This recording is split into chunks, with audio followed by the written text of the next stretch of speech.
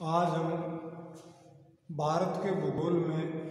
Main क्या क्या topic हैं और किस तरह से उसमें कौन कौन सी के बारे में अध्ययन करना है उसके बारे में आज आपको जानकारी देंगे। तो सबसे पहले तो आपको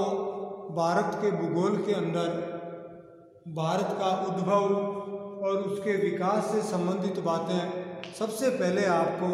उसमें पढ़नी है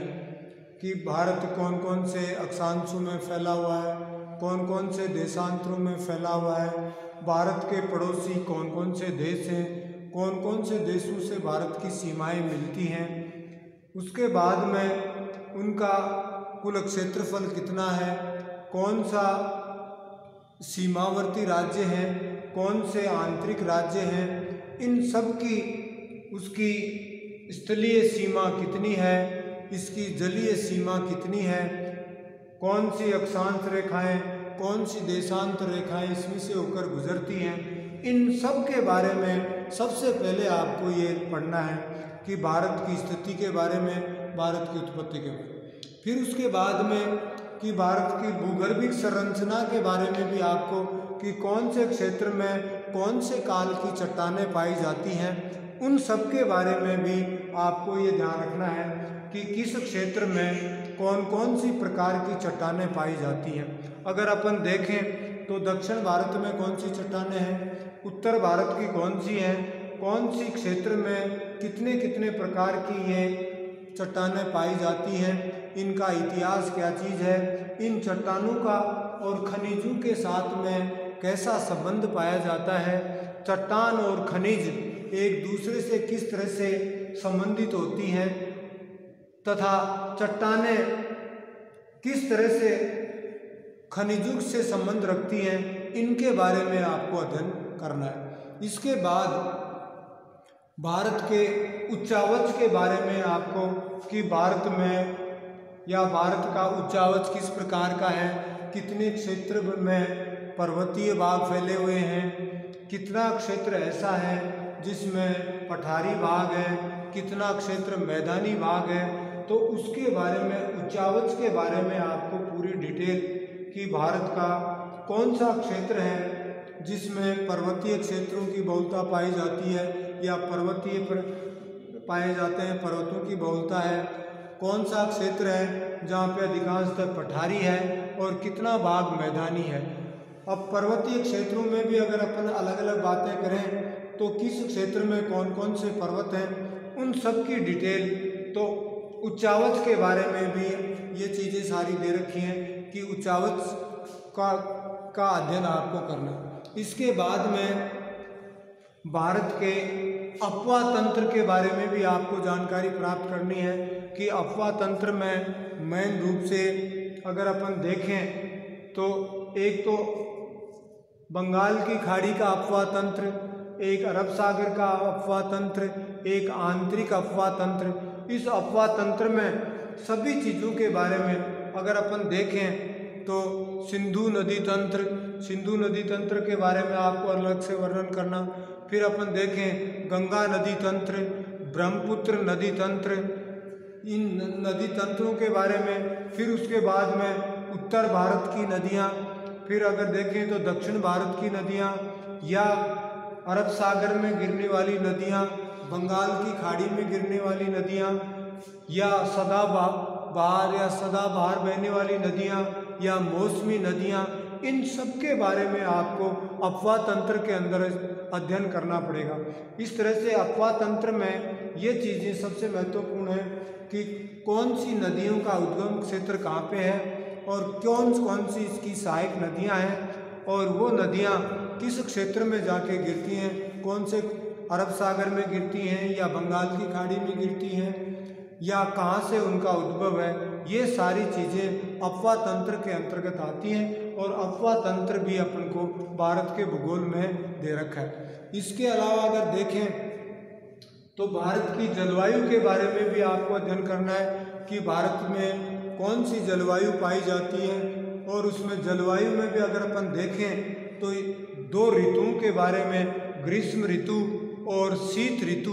इन दोनों का वर्णन अपन को करना है। ग्रीष्म ऋतु कब शुरू होती है, उसमें तापमान क्या होता है, वायु दाब की स्थिति क्या रहती है, उसके बाद में हवाएं, वर्षा, ये सारी चीज़ें ग्रीष्मकालीन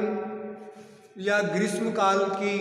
ऋतु और शीतकालीन ऋतुओं के बारे में अपन को अध्ययन करना है। और उसके बाद में उसका जलवायु से संबंध या जलवायु के बारे में अध्ययन करना है। भारत में कितने प्रकार की जलवायु पाई जाती है, कौन सी जलवायु कहाँ पे स्थित है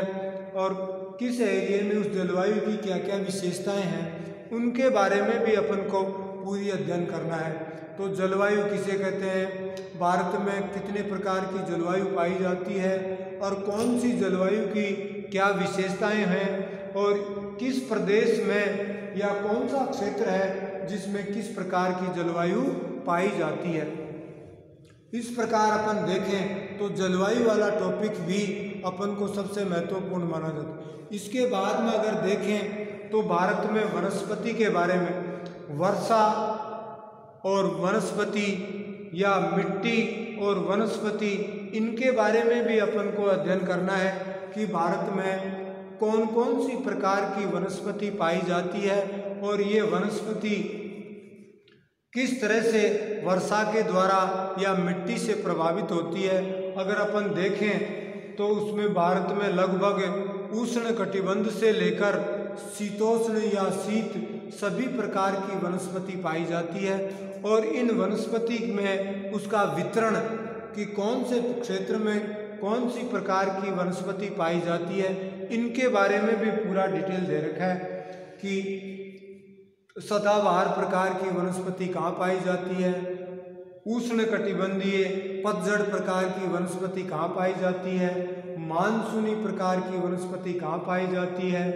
या पर्वतीय प्रकार की वनस्पति कहाँ पे है, इनकी क्या क्या विशेषताएं हैं और कौन कौन से इसमें पेड़ पौधे और वनस्पति पाई जाती है, इनके बारे में। फिर अपन उसी में भारत में कितने प्रकार के वन हैं, कौन कौन से वन हैं और उन वनों के प्रकारों के बारे में भी अपन इसमें अध्ययन कर सकते हैं। उसके बाद में अगर देखें तो उसके बाद में इसमें भारत के भूगोल में भारत की मिट्टियों के बारे में भी अपन को अध्ययन करना है कि भारत में कौन कौन सी या कितने प्रकार की मिट्टियाँ पाई जाती हैं और ये मिट्टी कौन सी मिट्टी कौन से प्रदेश या राज्य में पाई जाती है, उनकी क्या क्या विशेषताएं होती हैं, उनके बारे में भी पूरी डिटेल अपन को पढ़नी है कि काली मिट्टी कहाँ पाई जाती है, किससे मिलके बनी होती है, इस मिट्टी में क्या क्या तत्व पाए जाते हैं, कौन सी फसल के लिए ये मिट्टी सबसे महत्वपूर्ण होती है और कौन कौन से क्षेत्रों में इस प्रकार की मिट्टी पाई जाती है। अगर अपन रेतीली मिट्टी की बात करें तो कौन से क्षेत्र में पाई जाती है, क्या इनकी विशेषताएं होती हैं, कौन सी फसल के लिए ये मिट्टी महत्वपूर्ण मानी जाती है। तो इस तरह से अपन को पूरी डिटेल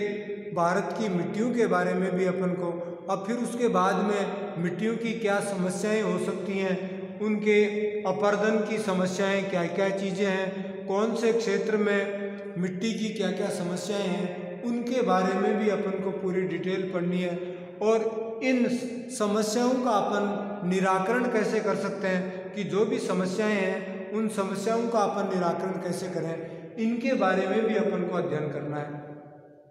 उसके बाद में देखें कि भारत में सिंचाई से संबंधित है कि अपन जानते हैं कि भारत में ज़्यादा से ज़्यादा 3-4 महीने मानसून से वर्षा होती है और लगभग 9-10 महीने बरसात की होती नहीं है। तो फसल के लिए अपन को सिंचाई की आवश्यकता पड़ती है। अब सिंचाई क्यों ज़रूरी है, सबसे पहले तो ये बताना। फिर उसके बाद में भारत में कौन कौन से सिंचाई के स्रोत हैं कि नहरों से सिंचाई होती कहाँ होती है, कुओं से कहाँ पे होती है, तालाबों से कहाँ होती है और कौन सा क्षेत्र में किससे द्वारा सिंचाई ज़्यादा हो रही है। और फिर उन नहरों के बारे में जो बहुउद्देशीय परियोजनाएं हैं उन सब के बारे में अपन को अध्ययन करना है कि जैसे अगर देखें इंदिरा गांधी नहर परियोजना, भाखड़ा नांगल बांध परियोजना, इसके अलावा और भी बहुत सारी चंबल घाटी परियोजना। तो इन ये परियोजनाएं कौन सी क्षेत्र में सबसे ज़्यादा महत्वपूर्ण है और ये भारत में सिंचाई तथा फसलों के उत्पादन में किस तरह से योगदान देती हैं, उनके बारे में भी पूरी डिटेल अपन को पढ़नी है।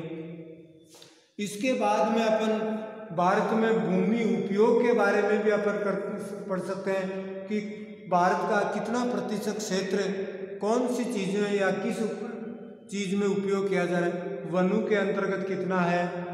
कृषि में कितना है, बंजर क्षेत्र कितना है। तो ये भूमि उपयोग के बारे में भी अपन को पूरी जानकारी प्राप्त करनी है कि भारत का कितना प्रतिशत भाग किस क्षेत्र में या किस चीज़ में उपयोग में किया जा रहा है। उसके बाद में अगर देखें अपन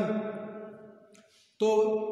भारतीय कृषि की क्या क्या समस्याएं हैं, उन समस्याओं का कैसे निराकरण कर सकते हैं, इनकी कौन कौन सी चुनौतियां हैं, उनके बारे में भी अपन इसी टॉपिक में अध्ययन करेंगे। उसके बाद में अपन देखें कि भारत में पशुपालन तथा डेयरी व्यवसाय के बारे में भी कौन से क्षेत्र में कौन कौन से पशु, दुधारू पशु कौन से हैं और कि सबसे ज़्यादा कहाँ पे उसका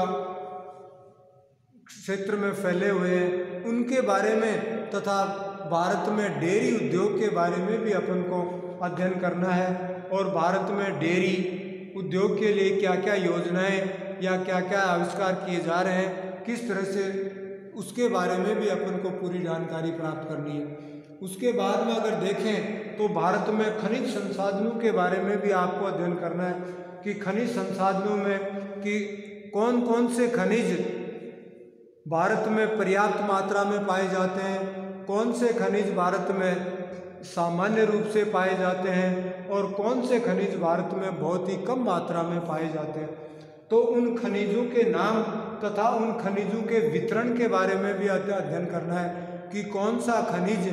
कौन सी चट्टानों में ज़्यादा पाया जाता है और कौन कौन से राज्यों में कौन कौन सी खनिजें बहुतायत से निकलती हैं, उनके बारे में भी अपन को पूरी जानकारी या पूरा अध्ययन करना है। अब खनिजों के बाद में अगर पर देखें तो उसके बाद में अपन को ऊर्जा संसाधनों के बारे में भी अध्ययन करना है कि ऊर्जा के कौन कौन से संसाधन हैं और ये संसाधन जैसे कोयला है, पेट्रोलियम है, जल विद्युत है या सौर ऊर्जा है, भूतापीय ऊर्जा है, ज्वारीय ऊर्जा है, प्राकृतिक गैस, इन सब के बारे में भी अपन को अध्ययन करना है कि कौन सी, जैसे अपन पेट्रोलियम को ले लें या कोयले को ले लें तो कौन कौन से प्रकार के कोयले होते हैं, कौन कौन सी इनकी वैरायटियाँ होती हैं और कौन सी युग की चट्टानों में ये पाए जाते हैं तथा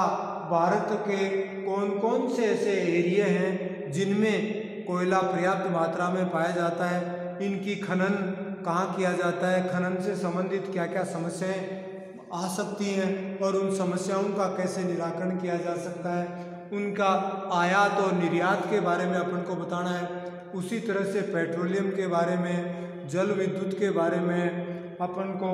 ये सारे ऊर्जा के जो भी संसाधन हैं उनके बारे में अपन को बताना है। एक परंपरागत ऊर्जा संसाधनों के बारे में, दूसरा गैर परंपरागत ऊर्जा संसाधनों के बारे में भी अपन को पूरी जानकारी देनी है।